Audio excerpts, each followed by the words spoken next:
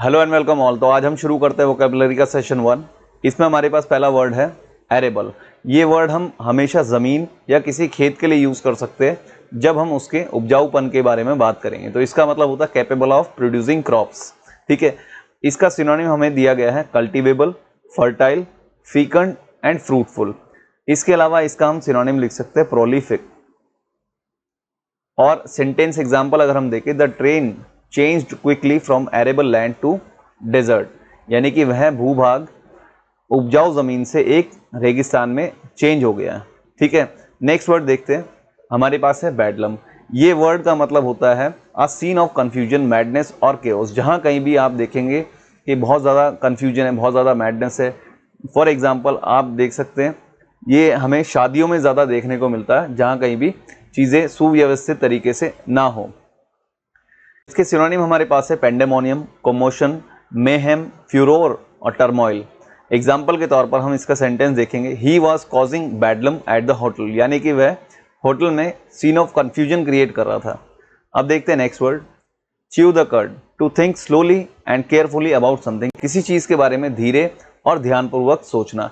इसका सिनोनिम आप देख सकते हैं brown study, to mull over, meditate, contemplate, pensive and ponder. Sentence example अगर हम देखें, he sat for a moment chewing the cud before he spoke. वह कुछ पल के लिए बैठा और सोचने लगा इससे पहले कि वो कुछ बोले।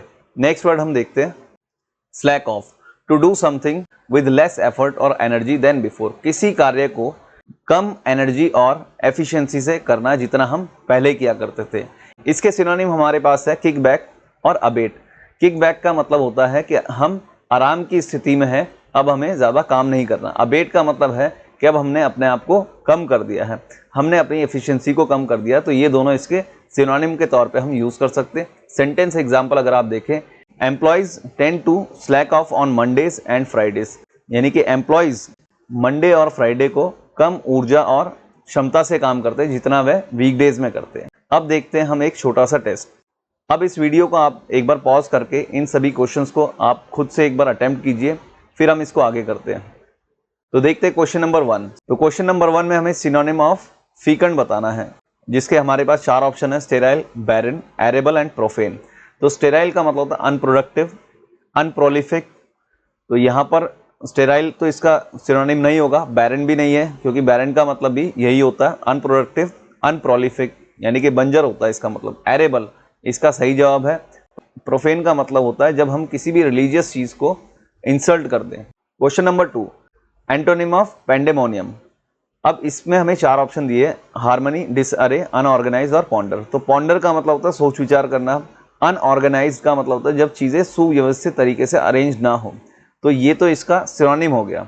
डिसअरे इसका मतलब भी यही है कि जब चीज़ें सुव्यवस्थित तरीके से अरेंज ना हो। हार्मनी यानी कि चीज़ें जब बिल्कुल ठीक चल रही हो, यानी कि इस क्वेश्चन का सही जवाब ऑप्शन ए।